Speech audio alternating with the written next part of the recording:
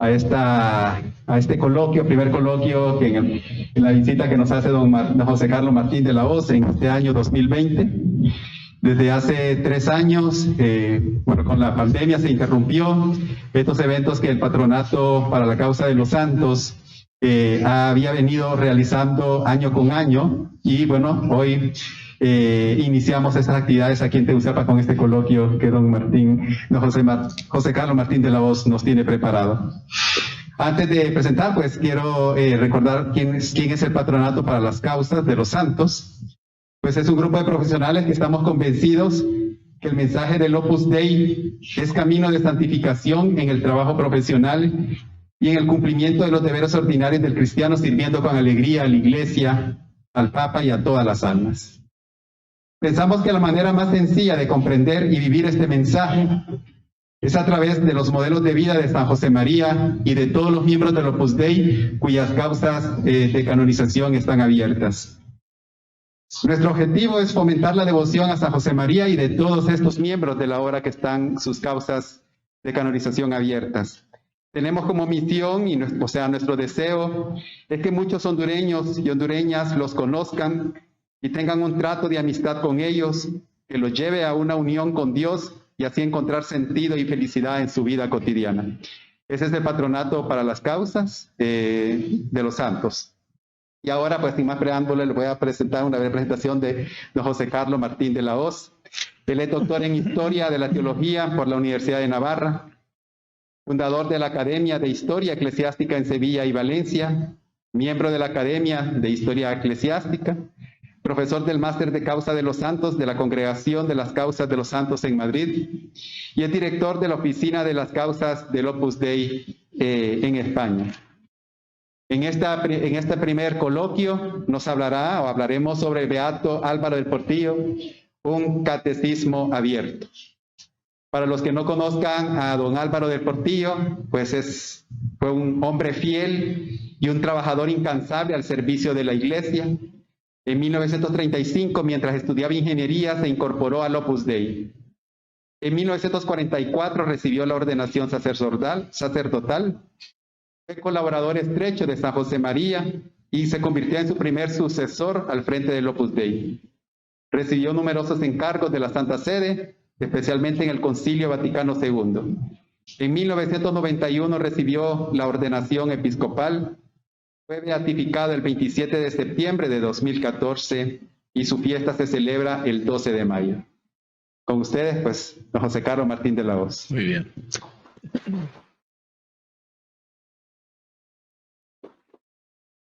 Bueno, pues muchas gracias por la invitación.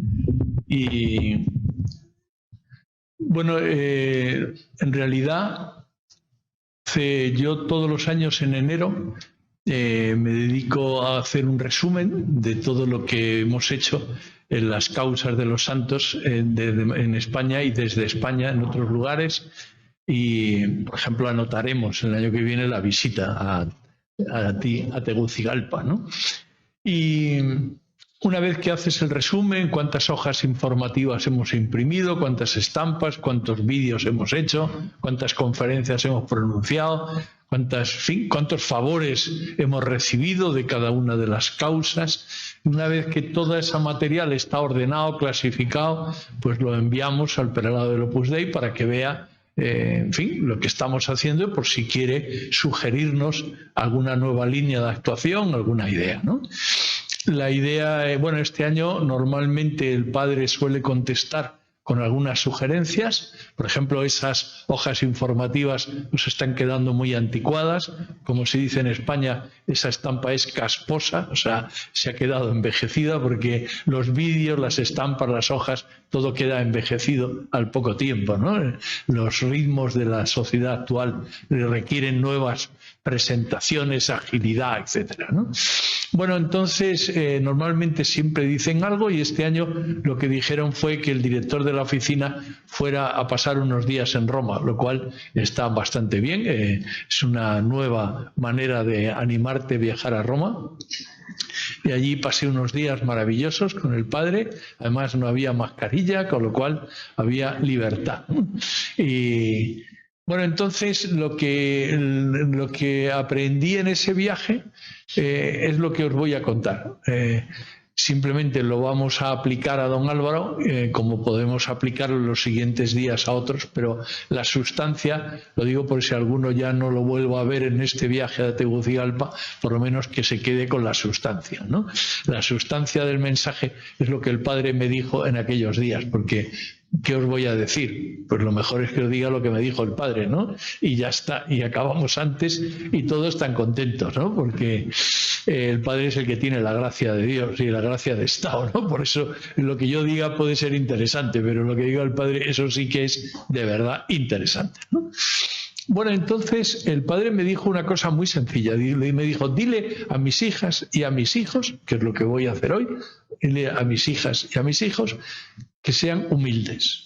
Y dices, pues sí, gracias, ¿no? O sea, porque en esto de la humildad hay que reconocer que todos podemos dar siempre un pequeño estirón, podemos aprender, ¿no?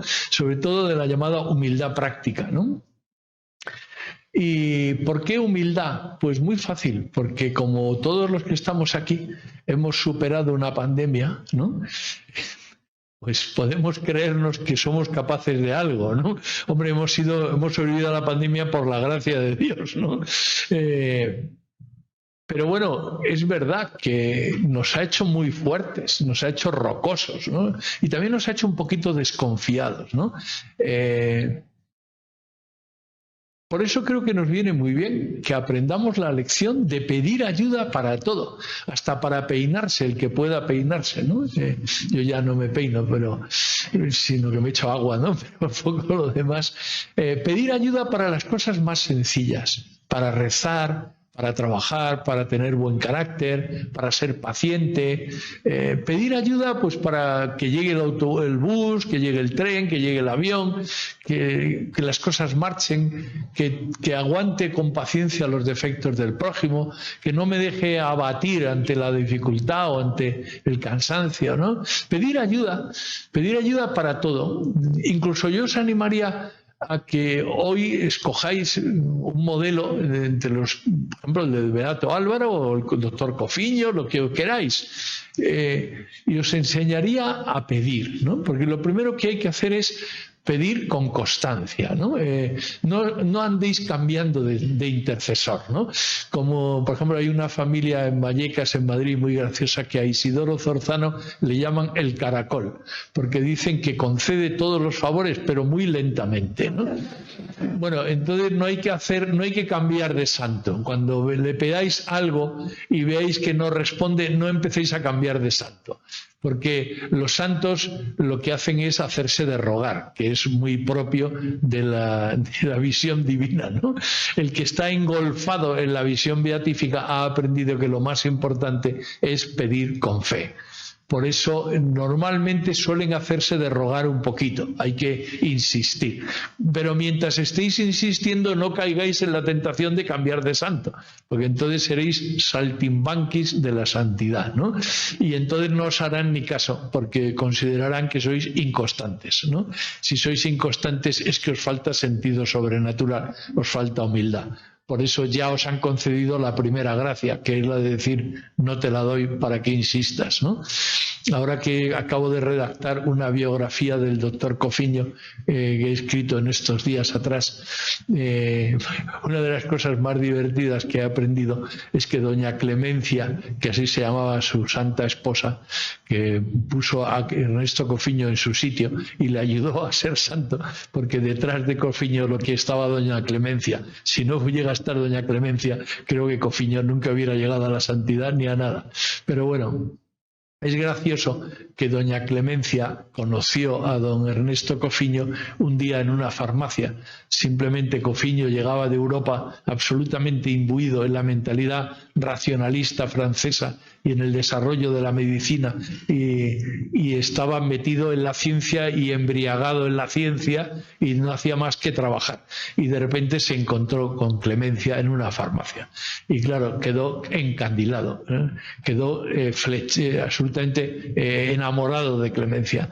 Y cuando ya al cabo de unos días asistieron a la gran cena del Hotel Guatemala el día 31 de diciembre, pues lo que ocurrió fue que le pidió un baile, doña Clemencia le dio el baile, y cuando ya lo tenía perfectamente engatusado o enamorado y Cofiño fue a pedirle el teléfono, ella no se lo dio, sino que le dijo: el azar nos ha hecho encontrarnos, el azar nos hará volver a encontrarnos, claro. Y se quitó de en medio, lo cual lo que provocó fue que Cofiño la buscara por toda la ciudad, claro. Esto es lo importante. Por eso, cuando empecéis a pedir a los santos ayuda y veáis que no os hacen caso, es que os están enamoriscando un poco, ¿no? Os están toreando, mareando, pues para que pongáis un poquito más de interés, o sea, un poco más de fe. Porque por eso la palabra del Padre es importante: humildad. Solos no podemos nada. Hay que pedir ayuda, ¿no? Por eso es bonito pensar en la constancia de don Álvaro, ¿no? En la serenidad de don Álvaro, ¿no?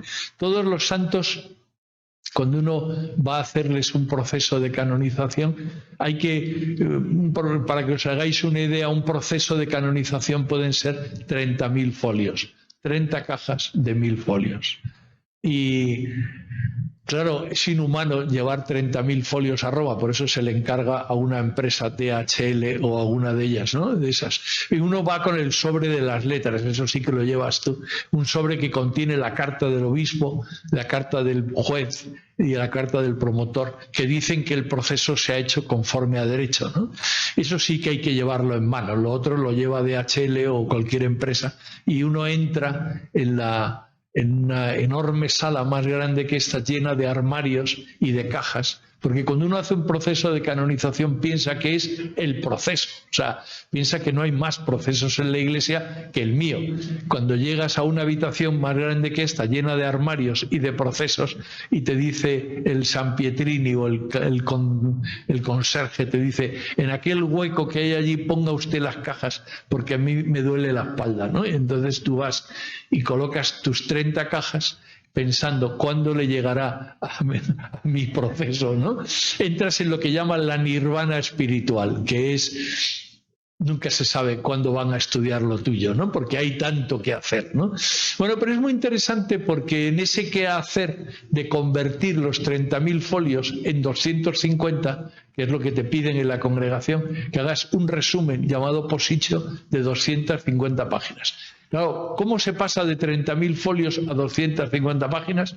Pues encomendando al Espíritu Santo, mientras vas leyendo los 30.000 folios, y mientras vas leyendo vas pensando cuál es el hilo conductor, ¿no? ¿Cuál es la sustancia, ¿no? Por eso, cuando uno ve la cara amable de don Álvaro, ya que hoy nos toca hablar de él, y es una maravilla que nos toque, porque don Álvaro es encantador, ¿no? Don Álvaro es un padrazo, ¿no? Mi padrazo. Por eso, cuando penséis en pedir algo, pensar que le estáis pidiendo algo a un padrazo. O sea, por eso aprenderéis mucho de don Álvaro pidiéndole las cosas, porque ya solo mirando esa cara de bueno que tiene y mirando esa paternidad espiritual que tuvo desde el principio, ¿no? Porque quien enseñó a los fieles del Opus Dei a querer al fundador fue don Álvaro. El que nos enseñó a tener padre y a querer al padre fue don Álvaro. Por eso fue tan fácil la sucesión, porque don San José María se fue al cielo, toda la obra dio un paso adelante y don Álvaro se quedó a la cabeza, porque era el que nos había ido enseñando a seguir al Padre, ¿no? Por eso, ¿cuál es la sustancia para hacer el proceso de don Álvaro? La paternidad, ¿no? Un hombre, un padre, ¿no? Por eso, pedir a los santos ayuda es pedirle cosas a un padre, ¿no? Por eso os recomendaría primero acudir con humildad, acudir para las cosas más sencillas, acudir con constancia, y luego acudir a un padre, acudir con seguridad, ¿no? O sea, esto que pido es que me lo tienes que dar, porque a los santos hay que ponerles un poquito, hay que acorralarlos, ¿no? Como Una vez estaba haciendo el proceso de don José María Hernández Garnica, y había un supernumerario de Madrid que era catedrático de la Escuela de Minas, que me estaba ayudando a buscar los papeles y los documentos, y este supernumerario estaba en su casa una tarde haciendo un rato de oración, y mientras estaba haciendo la oración se dio cuenta de que él a don José María no le había pedido nada. Llevaba meses ayudándome a buscar papeles, pero no le había pedido nada. Y de repente le dijo, pues le voy a pedir, claro. Y le dijo, mira, José María, porque a los santos hay que hablarles de tú, ¿no? Incluso podéis llamarle Alvarito, si tenéis un arranque de confianza, ¿no? Podéis hacerlo así, o sea, porque es que es una persona de mi confianza, ¿no? Entonces le dijo, mira, José María, yo llevo tiempo diciéndole a mi hija que se confiese, que hace mucho tiempo que no se confiesa y no me hace caso. Y entonces oyó una voz por dentro que le decía, ponle un plazo. Porque don José María es así. Ahora os contaré mi milagro. Yo también he recibido un milagro. Entonces le dijo, ponle un plazo. Y se quedó así, parado. Digo, ponle un plazo. Vale, bien. Efectivamente terminó la oración y al cabo de un rato aparece su hija por casa y le dijo, oye, hija mía, ¿cuántas veces te tengo que decir que te confieses? Que hace tiempo que no lo haces, ¿no te das cuenta que necesitas, como todos, la gracia de Dios? Y en ese momento la hija le dijo, y él añadió, recordó el consejo de don José María y añadió, ¿por qué no te confiesas esta semana? Y entonces la hija le dijo, papá, pues ahora tengo tiempo. Y bajó y se confesó en la parroquia, ¿no? Pues ya está, ahí ponle un plazo, ¿no? Es decir, que también cuando uno se pone en diálogo con el santo te va enseñando muchas cosas muy prácticas, ¿no? No solo te consigue esa gracia del cielo, ¿no?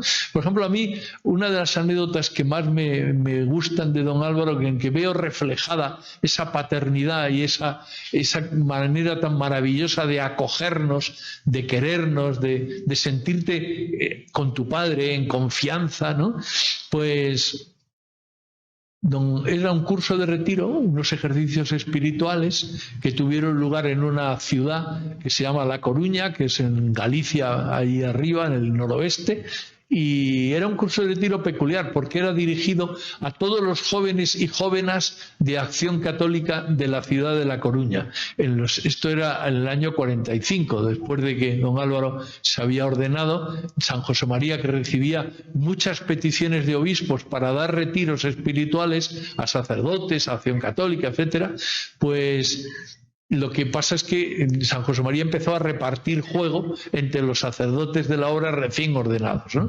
Y don Álvaro fue allí a La Coruña. Imaginaros un templo grande con, pues, para 2000 personas, por ejemplo, ¿no? Estaba todo abarrotado, había mucha gente de pie y eran todo eso estudiantes universitarios que habían, entonces no había ni empezado la Universidad de La Coruña, ¿no? Sino que, bueno, allí estaban los universitarios, había jóvenes profesionales, había también estudiantes de últimos cursos, estaba la iglesia llena.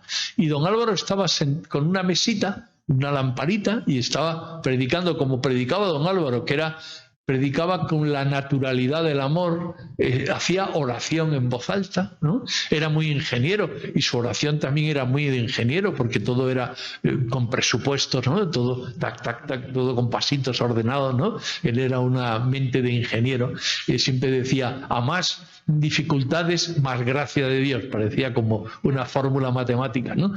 Y estaba predicando muy suavemente. Su madre era mexicana, por tanto él tenía ese modo de hablar también muy sereno, muy sosegado, ¿no? Y de repente un joven de primera fila se levanta y empieza a gritar: ¡me he convertido! ¡Soy un hombre nuevo! ¡La gracia ha llegado a mí! Y empieza a subir las escalerillas que van hacia el presbiterio, gritando desaforadamente. Toda la iglesia se quedó consternada, ¿no? Diciendo, a ver qué va a pasar aquí. Y don Álvaro le miró con muchísimo cariño y se levantó de la mesa, fue hacia él, le abrazó, porque a los locos hay que abrazarles, y lo abrazó y lo fue llevando cariñosamente mientras iba apagando la voz. ¡Soy me he convertido! ¡Soy un hombre! Iba apagando la voz, lo metió, el sacristán abrió la puerta de la sacristía, lo metió, cerró, El sacristán ya aguantó la puerta y él volvió, hizo la genuflexión, se sentó en la mesa y continuó la meditación, ¿no? Esto es imposible, si no hay mucha santidad, ¿no? Pues al menos debería haberse puesto nervioso, ¿no? Porque lo gracioso, cuando estudié la biografía de don Álvaro, porque yo fui el postulador en Madrid, fui el que me encargué de localizar y de llevar a los 65 testigos que declararon sobre don Álvaro. Luego hubo otro tribunal en Roma, donde ya iban los cardenales, en fin, la gente ya de alto nivel, ¿no? Aquí era el pueblo soberano, la gente normal, ¿no? Los compañeros de curso, etcétera. Por ejemplo, había un compañero de curso que contó allí en el proceso, bueno, me lo contó a mí primero en el coche, si no, no podría deciros nada, porque las sesiones son siempre subsecreto, pero bueno, este hombre de 90 años hablaba por los codos, o se quedaba igual, te lo contaba en el autobús, ¿no? Y don Ángel del Campo se llamaba, ¿no? Era un ingeniero de caminos muy peculiar, porque a la vez de haber construido varias cosas, por ejemplo, le decía, yo hice la línea 4 del metro de Madrid, ¿no? Como diciendo, oye, momento, ¿no? Soy una persona importante, ¿no?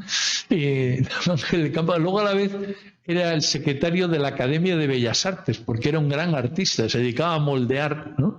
Y tenía, bueno, era un hombre muy, muy gracioso. Y un día me contó que don Álvaro y él coincidían en el tranvía, por el sistema de que don Álvaro tomaba el tranvía para ir a la Escuela de Caminos en la cabecera, en Diego de León, esquina Velázquez.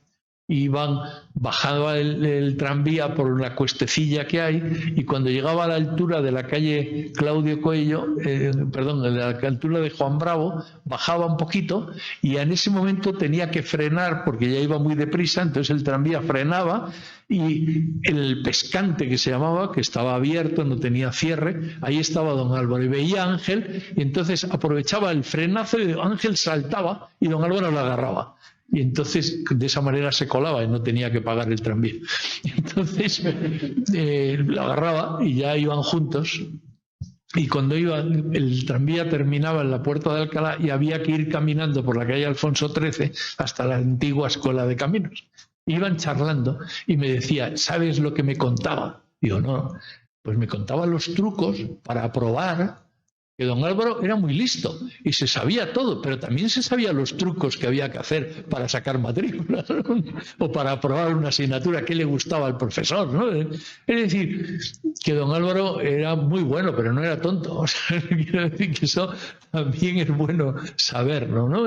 La serenidad, la sabiduría, ¿no? Porque don Álvaro, una de las cosas que se descubre es que don Álvaro tenía hipertensión arterial. Hipertensión arterial quiere decir que lo que le pedía el cuerpo era subir las escaleras corriendo. Lo que le pedía el cuerpo era correr para agarrar un autobús. Lo que le pedía el cuerpo era la velocidad, ¿no? Y en cambio lo que todos hemos visto es esa serenidad de levantarse en una mesa y abrazar a aquel loco, ¿no? Por tanto, la conclusión es que eso era debido a su vida de oración. Don Álvaro era una persona que rezaba, y es muy bonito. Él nos decía cómo descubrió su vocación. Él era un estudiante de caminos. Su padre tuvo una crisis económica muy fuerte y pasó de ser director de una gran aseguradora en Madrid a quedarse en la calle, de un día para otro. Su madre, que era mexicana, tenía grandes posesiones, es la familia, en Cuernavaca, y por una de las muchas revoluciones de aquel final del siglo XIX y comienzo del XX, se quedó sin nada. Y de repente la familia pasó de ser una familia pudiente, bien acomodada de Madrid, que vivía en la calle Conde de Aranda, número 16, al lado de la Puerta de Alcalá, que ya es decir mucho, pues pasaron a no tener nada, a vivir de las reservas, ¿no? Y en don Álvaro lo que hizo fue terminar la carrera de perito. La carrera de perito, el grado intermedio, es con lo que ya había estudiado y con el grado superior, se presentó y aprobó lo que le quedaba, y de tal manera que él por las mañanas iba a clase de ingeniería de caminos y por la tarde trabajaba en la Confederación del Tajo Segura, que era un trasvase de agua que requería mucho estudio de investigación y de laboratorio, de planteamientos, de estudiar a fondo cómo realizar el trasvase, ¿no? Y luego mucho de las tierras, etcétera. De tal manera que él vio a don San José María una vez y quedó encandilado por ese planteamiento de enamorarse de Jesús en el trabajo, convertir el propio trabajo, el trabajo del estudio, de las clases, el trabajo de la tarde, convertir esas realidades que a él le apasionaban como ingeniero, convertirlas en amor de Dios. ¿Cómo? Aplicando la energía de la libertad, poniendo el querer, el amor vibrante cada día en las tareas que tenía entre manos. Y le encantó el planteamiento, dijo, esto es lo mío, y quedó citado para seguir hablando, pero ya cuando fue, pues ya no pudo ser, porque San José María no le había podido avisar, no había podido verle, y entonces ya nunca más lo intentó. ¿Por qué? Porque como por la mañana tenía clase, por la tarde tenía trabajo, y entonces el trabajo también el sábado por la mañana había clase, y sábado por la tarde tenía que terminar cosas del trabajo, y el domingo era el día para estudiar, y ir a misa y estar un poco con la familia, con lo cual es que no había hueco. También no había hueco, que no le volvió a plantearse ir a verle hasta el día 6 de julio. Y el día 6 de julio del año 35, don Álvaro fue y habló con San José María, y San José María comprobó que la semilla que había puesto en ese corazón había arraigado con gran fuerza, aunque no se hubieran visto. Y es bonito porque le dijo, mira, como mañana te vas a ir de veraneo y vas a estar todo un mes de veraneo, pues retrasa un día y te quedas al retiro que va a haber mañana. Y don Álvaro le pareció bien y se quedó. Y entonces ocurrió una cosa muy bonita. Don Álvaro nos lo decía en una tertulia, me acuerdo que nos decía, hijos míos, yo asistí a una meditación. Fue toda la formación que recibí, ¿no? En medio de los círculos, los retiros, tal, ¿no? Pues todo eso quedó compendiado en una meditación que escuchó a San José María. Le escuché hablar de Jesús y me quedé hecho fosfatina. A mí esa frase, cuando la escuché en Roma en 1977, se me quedó grabado. Y muchas veces yo le daba vueltas. ¿Qué querría decir fosfatina, ¿no? ¿Qué fuerza tendría aquella meditación? Y hace unos meses, en un viaje que hice a Roma, pude tener entre mis manos el retiro mensual del 7 de julio del año 35. Y es muy bonito porque los mayores de la obra, a muchos de los cuales he conocido, algunos de ellos he vivido 12 años, o sea, conozco bastante bien a todas esas personas, ¿no? Porque les he entrevistado para procesos, porque he convivido con ellos, y hay una cosa muy común en todos los primeros del Opus Dei y las primeras con las que también he podido tratar. Hay una cosa común a todos, y es, ellos eran muy conscientes de estar en el nacer de algo sobrenatural maravilloso. No sé si tenéis la experiencia del campo. Yo soy geólogo antes de ser sacerdote e historiador, y tengo la experiencia de ver los manantiales brotando en el campo, ¿no? O ver el caño de agua que sale en una fuente de un pueblo de la sierra, ¿no? El surgir, el brotar del agua de la tierra. Es una cosa tan impresionante que cuando pones un edificio encima te cargas el edificio, porque el manantial acaba destrozando el edificio, aunque sea un rascacielos. El agua es imposible pararla, ¿no? Lo que hay que hacer es encauzarla, ¿no? Pero como intentes acabar con un manantial, el manantial acaba contigo. Y por eso es la vocación. La vocación es la vocación cristiana, la vocación al Opus Dei, la vocación matrimonial. La vocación es un manantial. Es un camino de amor, es algo que brota y rebrota con fuerza incontenible. Y lo que hay que hacer es amar más, ¿no? ¿Qué hay que hacer para ser fiel? Amar más, ¿no? ¿Qué hay que hacer para ser fiel a la vocación? Amar más. Mantener vivo el amor, ¿no?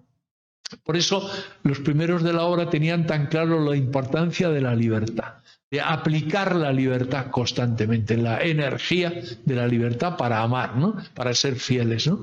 Y luego, como eran conscientes de estar naciendo una obra sobrenatural en sus manos, por eso apuntaban todo. Conservamos todos los círculos que daba San José María, los retiros mensuales, los ejercicios espirituales, o sea, los círculos que daba, todo lo apuntaban, todo lo guardaban. Por ejemplo, habréis oído hablar cómo San José María iba una vez en noviembre del año 31 en un tranvía en Madrid y de repente Dios puso en su corazón una oración de filiación divina. Y empezó a gritar, Abba, Padre, Papá, Papaíto. Empezó a notar el surgir, el brotar del amor de Dios como hijo en su corazón y se tuvo que bajar del autobús, del tranvía, porque la gente le miraba como si estuviera loco. Y estuvo por la calle como un loco repitiendo, porque el Espíritu Santo no dejaba de hacerle decir Abba, Padre, ¿no? Y pues conservamos el billete del tranvía, porque San José María, cuando llegó a casa, vio que tenía el billete del tranvía en el bolsillo y lo guardó. Conservamos muchas cosas. Por ejemplo, me llamó un supernumerario que trabajaba en el Ayuntamiento de Madrid y me dijo, ¿se acuerda usted la escena de San José María en un tranvía y la filiación divina en su brotar? Sí. ¿Se acuerda que era en la Plaza de Atocha? Sí. Es que estamos haciendo unas obras para enterrar y quitar los raíles del tranvía y tengo localizado más o menos dónde debe ser y el trozo de tranvía que seguramente le interesa el trozo de tranvía, por supuesto. Entonces yo tengo en mi oficina un trozo del raíl del tranvía, ¿no? Conservaban todo. ¿Por qué? Porque sabían que con el paso de los años les pediríamos cuentas, querríamos saber los detalles de cómo ha ido brotando este querer divino, ¿no? Que es el Opus Dei, ¿no? Y entonces, hombre, un querer divino que está hecho por hombres y los hombres metemos la pata, nos equivocamos, somos muy pesados, no sé, o somos muy españoles, ¿no? En fin, de cada uno es cada uno, pero bueno, que lo bonito es algo divino, sobrenatural, hecho por hombres que nos equivocamos, ¿no? Es una mezcla divertida. Bueno, lo que quería decir con esto es que se conserva el retiro del 7 de julio del año 35 y el retiro es unos folios. Comienza diciendo, hemos empezado la primera meditación a las 9 de la mañana. El Padre nos ha hablado del amor a la Iglesia y al Papa. Ha sido muy impresionante, no sé qué, tal. Y luego nos ha regañado a fulanito y a mí porque hemos llegado tarde. O sea que se ve que eso de llegar tarde al retiro ya es antiguo, ¿no? Luego continúa y dice, después hemos tenido la Santa Misa. Antes de darnos la comunión, el Padre se ha girado, en aquella época la misa se celebraba de espaldas al pueblo, el Padre se ha girado, nos ha dicho, atreveos a comulgar a Cristo, porque aunque hayan sido muchas vuestras miserias, con vuestro amor podréis pagar el desamor. Después hemos tenido la acción de gracias, hemos tenido un desayuno opíparo, eso quiere decir en castellano que estaba muy abundante el desayuno, ¿no? Que habían desayunado bien, ¿no? O sea, a la americana, ¿no? Porque ahora, en fin, bueno, voy a dejar el tema. Después dice, hemos hecho la lectura con el libro Historia de un alma de Santa Teresita, hemos leído el capítulo no sé qué, y luego hemos tenido la segunda meditación. Ha sido impresionante, con letras de molde. Ha sido sobre el amor de Dios, ¿no? Y claro, cuando uno lee el resumen, te quedas impresionado, impactado. Y uno dice, claro, ahora entiendo la frase de don Álvaro, me quedé hecho fosfatina, ¿no? Porque efectivamente, ¿no? Aquello tiene mucha fuerza, ¿no? Y a continuación dice, don Álvaro siempre nos decía que una persona le habló de vocación al Opus Dei al terminar la segunda meditación y efectivamente en el diario de ese retiro dice, me muero de ganas por decir que ya tenemos un hermano más, se llama Álvaro del Portillo. Es decir, que las cosas son y además no solo son, sino que dejan constancia, ¿no? Por eso es muy importante, la Iglesia dice que para poner en marcha un proceso de beatificación, lo que hay que hacer es comprobar que hay una fama de santidad y de favores suficientemente extendida y que ha llegado a una parte significativa del pueblo de Dios. Por tanto, es muy importante que los hechos sobrenaturales, los regalos que Dios os dé, que los pongáis por escrito. O sea, hay que escribir los favores que recibáis por tres motivos. En primer lugar, porque es de justicia. Si te hacen un favor, respondes con un favor, que es escribir. Segundo, que tenemos comprobado, lo digo por eso os interesa, que estadísticamente el que escribe los favores le hacen más. Esto es interesante saberlo. Y en tercer lugar, que tener un santo al que te ha hecho favores y tú las has escrito es tener una persona en el cielo eternamente agradecida.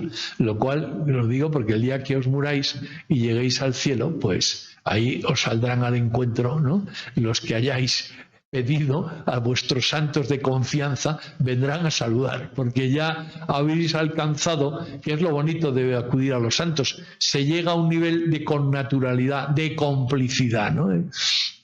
A mí me impresionó mucho hace unas semanas. Tuvimos el acto de presentación de un libro. Ahora hemos inaugurado en la oficina de la Causa de los Santos una nueva línea editorial que llamamos Isidoro 100%, que consiste en que estamos elaborando biografías sencillas de 40 páginas con muchas fotografías, muchos dibujos, un poco estilo Acutis. Porque ya sabéis que hay un santo nuevo que se llama Acutis, ¿no? Que hace muchísimos favores, muchos milagros, y es un santo muy de hoy, muy normal, un santo de 14, 15 años, pues que, bueno, está fotografiada por su madre en millones de posiciones. Como era hijo único durante muchos años, su madre tenía una amplísima colección fotográfica, y la biografía de Acutis que más se ha vendido es una que es pura fotografía, ¿no?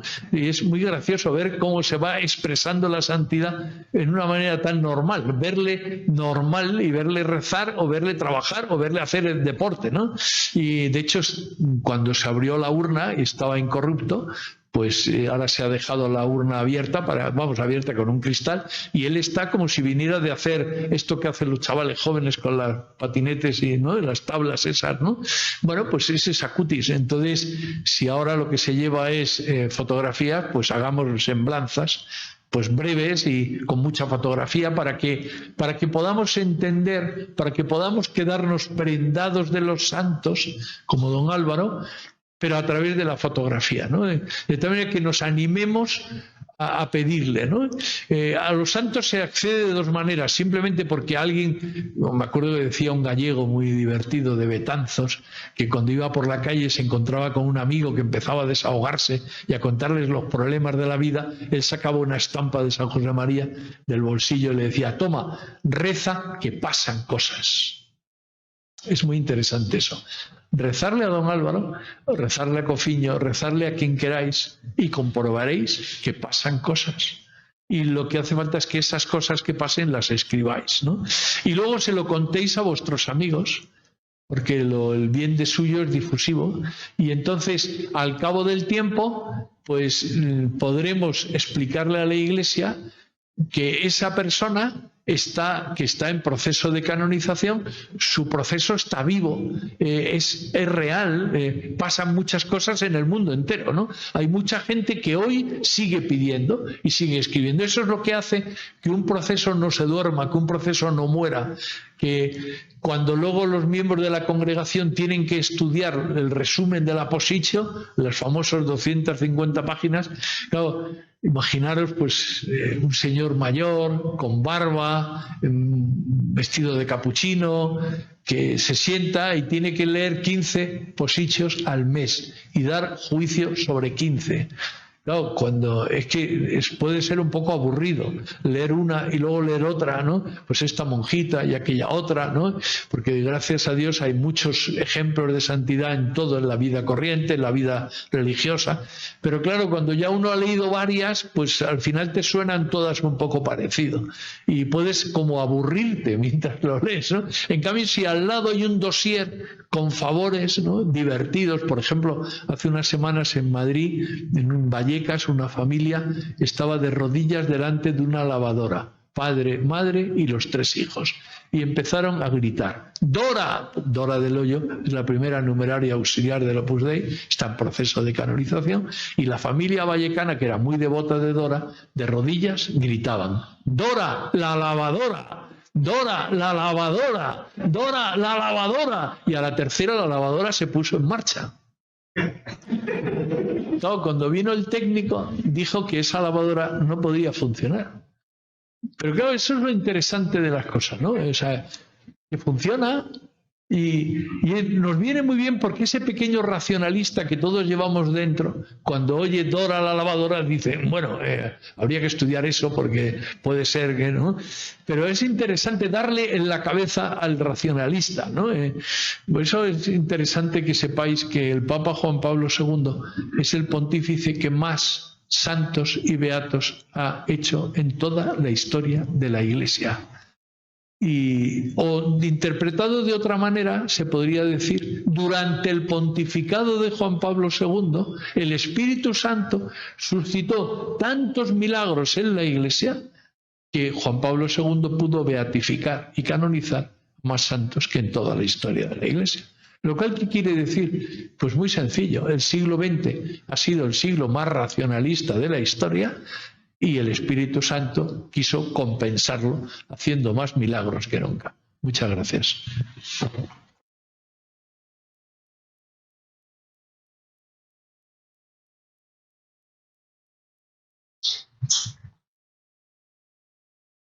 Bueno, no sé si alguien quisiera compartir algo o comentarios sobre lo que acaba de decirnos José Carlos. Bueno, yo quiero comentarle que tengo una anécdota, o sea, tengo un favor también de don Álvaro. Bien. Y por eso mi hijo menor se llama Álvaro José, ¿no? Porque en el momento del parto de mi esposa, pues estaba complicando y acudí a don Álvaro del Portillo. Y como decía usted, bueno, ahí recé y en un decir, cuando ya estaban preparando todo para intervenir a mi esposa, para operarla, Álvaro nació, ¿no? O sea, ahí rápido. Y natural. Y natural, ¿no? Entonces, pues Álvaro José, creo que sí escribí, ahorita estaba tratando de recordar que sí escribí el favor y lo envié. Si no, no pasa nada porque lo vuelvas a escribir. Pero sí, le tengo un gran cariño a don Álvaro también. Cuando conocí la obra, pues sí conocí la biografía de San José María, pero cuando leí la biografía de don Álvaro del Portillo, entendí más la obra, ¿no? Y yo tengo como que don Álvaro del Portillo es como la otra cara de la moneda, ¿no? O sea, pude comprender más la obra, pude querer más a San José María a través de la biografía de don Álvaro. Sí, yo me acuerdo que me llamó un amigo de esos de la juventud, ¿no? De hace años atrás, me llama y me dice: oye, que me he enterado que estás ahí con los santos. Digo: sí. Y dice: mira, hay un favor que me hizo don Álvaro, que nunca me acuerdo de escribirlo. Como ya estás tú ahí en la oficina, escríbelo tú. Te lo voy a contar y ya lo escribes tú, ¿no?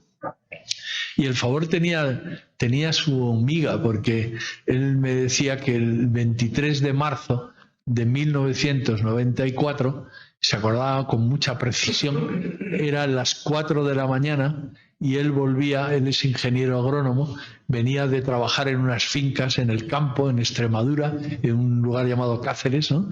Y venía por la carretera antigua, que era una carretera pues de un solo carril a cada lado, con mucho tráfico y con muchos camiones, y además a esas horas de la noche es muy típico en España que los caminos se llenen de camiones, ¿no? Que van aprovechando que hay menos tráfico para circular, ¿no? Y me decía: yo iba muy cansado de trabajar todo el día, iba agotado y me quedé dormido, y de repente me desperté deslumbrado porque un camión con los focos me estaba alumbrando los ojos. Es decir, que me estaba saliendo de mi carril y iba a chocar, ¿no?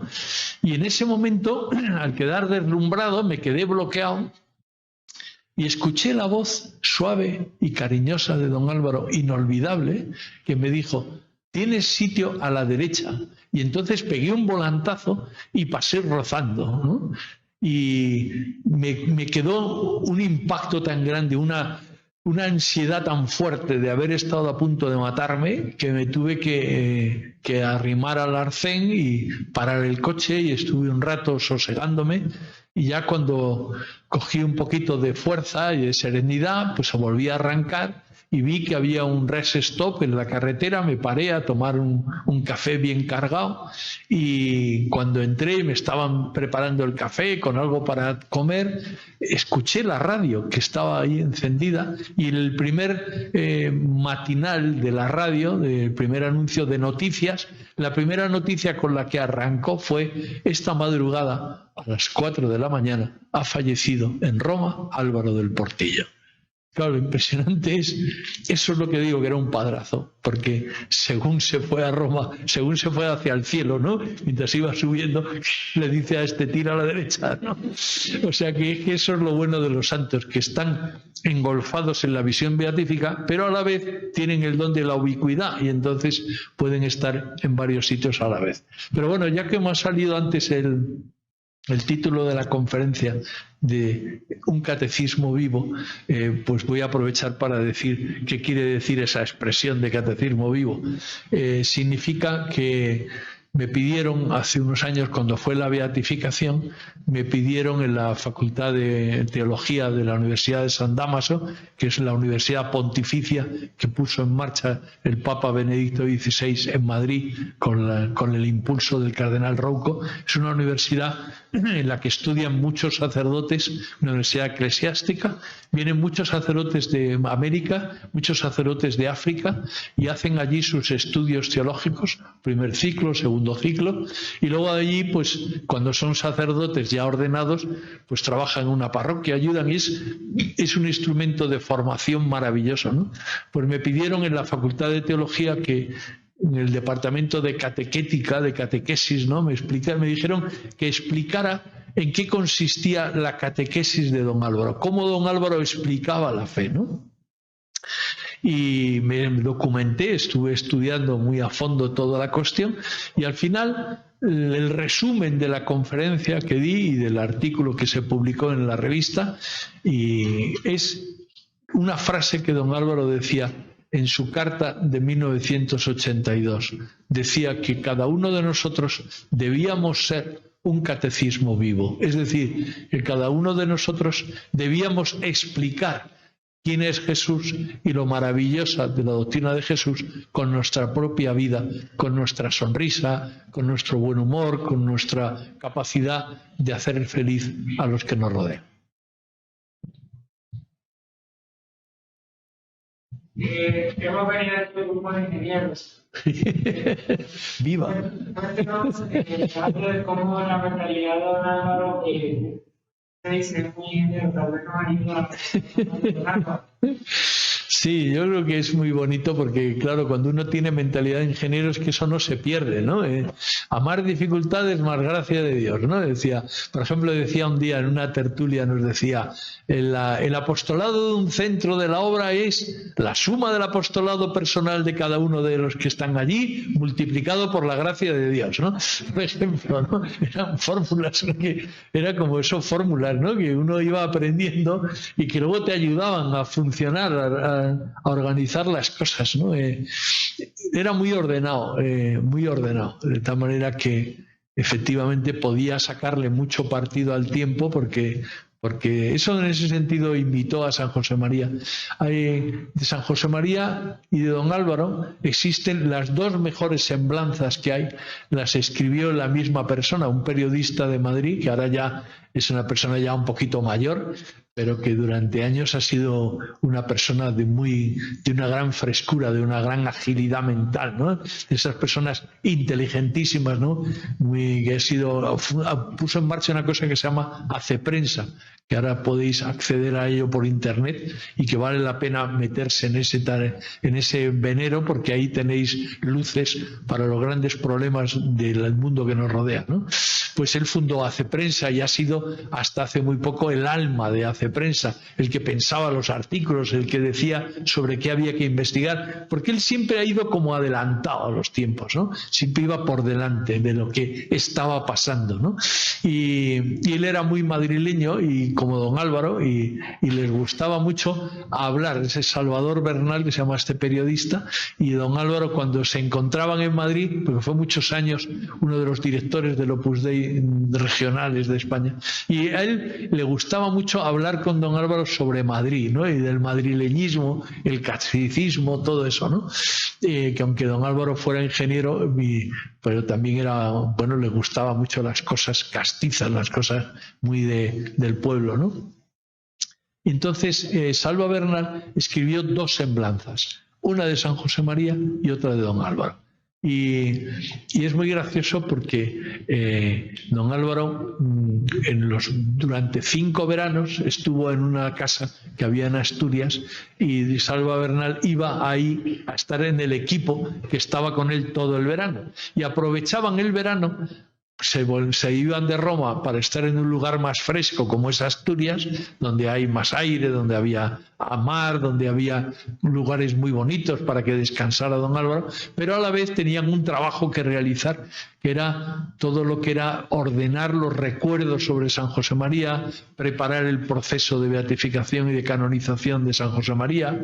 Bueno, toda esa tarea la hacían en verano, de modo que durante el invierno era el gobierno de la obra ordinario, los viajes al mundo, ¿no? Y entonces, bueno, él estaba en ese equipo y siempre decía que su manera de escribir era reducirle a don Álvaro todavía más lo que había escrito. O sea, quitarle las palabras exageradas, o sea, hacer todavía más ingeniero don Álvaro, ¿no? Hacerlo más sintético, ¿no? Porque decía, don Álvaro tiene una pluma muy buena, pero es muy sencillo, o sea, es un hombre escueto, ¿no? Ya sabéis que don Álvaro decidió ser ingeniero porque pensaba que si no tendría que hablar. Como si los ingenieros no tuvieran que vender sus productos, ¿verdad? Pero me acuerdo en una tertulia que nos decía, hijos míos, yo es que soy muy tímido. Y entonces todos nos reíamos diciendo, bueno, pues sí, a lo mejor usted es muy tímido, pero desde luego lo ha superado claramente, ¿no? La necesidad crea el órgano, ¿no? Muy bien. En la Iglesia Católica siempre los santos los identificamos con una personalidad o con algo determinado. ¿Qué tipo de favores se le puede relacionar a don Álvaro? ¿Qué tipo de favores se le reconoce a él? Bueno, yo creo que, vamos a ver, es verdad.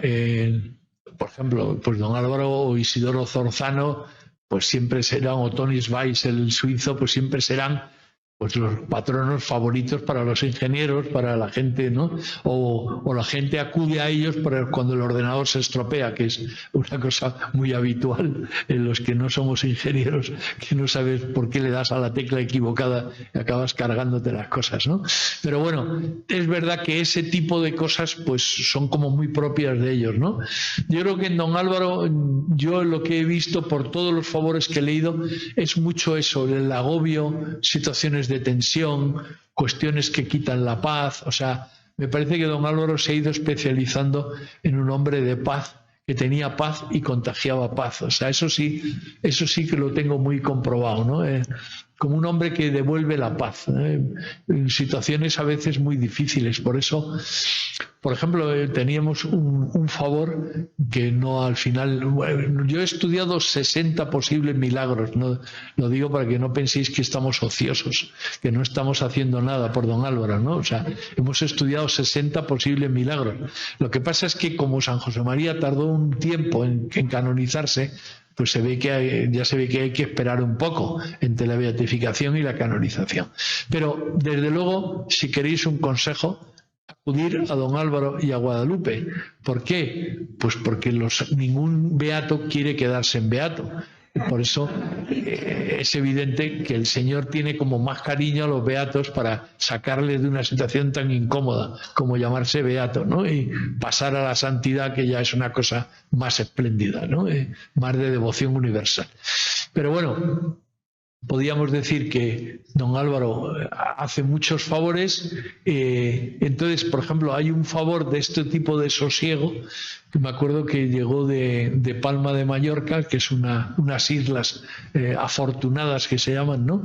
Donde es un clima y una naturaleza bellísima, están entre España e Italia, al lado de Córcega. Y bueno, entonces un chico estaba haciendo pesca submarina con sus amigos, y un domingo por la mañana, y entonces de repente tuvo un desvanecimiento y cayó en picado. Y los otros que estaban con él haciendo pesca submarina se dieron cuenta de la gravedad de la situación y abandonaron lo que estaban haciendo y fueron todos y lo sacaron. Y lo llevaron al hospital, donde fue ingresado, y avisaron a la familia, y ahí estaba la hermana, que fue la que fue a enterarse qué pasaba, ¿no? Y salió el médico y dijo, bueno, pues ha tenido un desvanecimiento, una despresurización muy fuerte. Ahora mismo está con vida, pero su cerebro está mal. Si sale adelante, será un vegetal toda su vida. Y esta mujer, que era una mujer de fe, se quedó mirando al médico y pensó por dentro, usted no sabe lo que dice.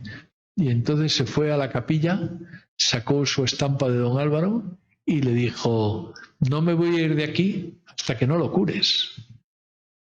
Y se puso a rezar un rosario, estuvo haciendo oración, otro rosario, y a las 3 de la mañana ya salió a ver si había ya alguna noticia. Y cuando salió se encontró que la estaban buscando por todo el hospital. Y le dijeron, pues mire, su hermano ha salido del coma, y la carta que escribe termina diciendo, hace un mes de esto y mi hermano hace ya vida normal. Claro, cuando uno lee eso dice, bueno, pues efectivamente estamos jugando en primera división. O sea, esto, si evidentemente cuando los médicos dijeron que podía haber sido un fallo de sintomatología o de diagnóstico, pues unos dicen, vale, los médicos saben más, ¿no? Aquí lo que importa es que se pueda decir que eso es cuando es un milagro, que no hay explicación científica, ¿no? O sea, la diferencia entre un favor y una gracia y un milagro es que el milagro se llama cuando se puede decir la frase, este hecho no tiene explicación científica, y donde puedes mostrar pues que hay una invocación, ¿no? Por ejemplo, cuando San Juan Pablo II estaba con su secretario, don Estanislao, estaban preparando el viaje del Santo Padre a Cracovia, pues le dijo don Estanislao, hombre, ya que va usted, Santidad, a Cracovia, podría canonizar a Faustina Kowalska. Y el Papa dijo, claro, iba el Papa, el objetivo del viaje era inaugurar el gran templo del amor misericordioso en Cracovia, porque Faustina Kowalska fue llamada por Dios a impulsar esa devoción. Y entonces el Papa dijo, bueno, pero ya tiene milagro Faustina. Dijo, no, pero usted puede dispensarlo. Y el Papa dijo, no voy a dispensar. Y en ese momento, a esa misma hora, en un puerto en Polonia, en el norte de Polonia, el práctico del puerto dejó entrar a un buque cuando había un submarino que estaba en superficie limpiando fondos. Y el buque le sacudió al submarino y el submarino se hundió. Y al hundirse empezó a entrar agua por la escotilla a gran presión. Toda la dotación del buque fue sobresaltada y se quedaron todos mirando al oficial de guardia, y el oficial de guardia dijo, Beata Faustina Kowalska, ayúdame, y se metió en el chorro, subió, bajó la escotilla, cerró y bajó andando, y todos le miraron, dijeron, milagro. Ese milagro es un folio, kilopondios necesarios para cerrar una escotilla cuando el submarino está hundido, tanto, fuerza sobrehumana, tanto, conclusión, milagro. Y fue canonizada Faustina Kowalska en aquel viaje. Bueno, agradecemos mucho a José Carlos Martín de la Hoz y los invitamos a los otros coloquios. El día de mañana tendremos el coloquio sobre Guadalupe, una santa de la puerta de al lado. El jueves estaré en el Hotel Intercontinental a las 6:30. Nos hablará sobre el valor de las dificultades. Y el viernes también aquí en Guaymura a las 7 el coloquio con el doctor Cofiño, Una vida de servicio a los demás. Pueden invitar a sus amigos, traer a su familia. Entonces, estas actividades son todas abiertas. Y bueno, pasen muy buenas noches y les agradecemos su presencia esta noche acá en el auditorio de Guaymura.